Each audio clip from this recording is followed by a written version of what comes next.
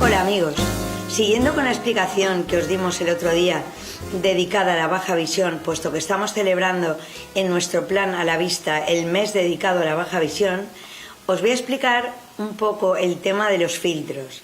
¿Qué ocurre cuando una persona tiene cataratas, albinismo, retinosis, glaucoma, degeneraciones maculares?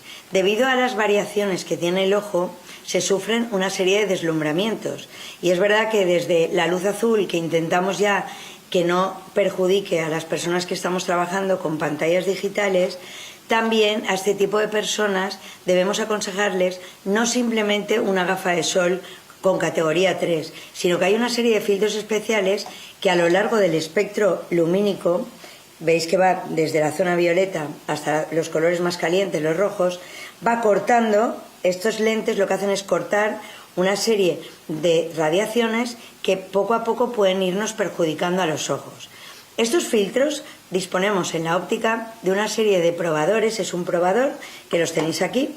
Este filtro a la persona es un test que tú le haces, le colocas el filtro delante de la gafa y depende de qué tipo de problema visual tenga, le puede necesitar un color más fuerte, más cálido, puede ir a unos tipos más amarillentos o puede ir a los tonos naranjas. Todo esto ya depende un poco del problema que tenga la persona. Estos filtros se suelen montar en gafas, como veréis, que están totalmente protegidas, tanto por la parte de arriba como por la parte de abajo.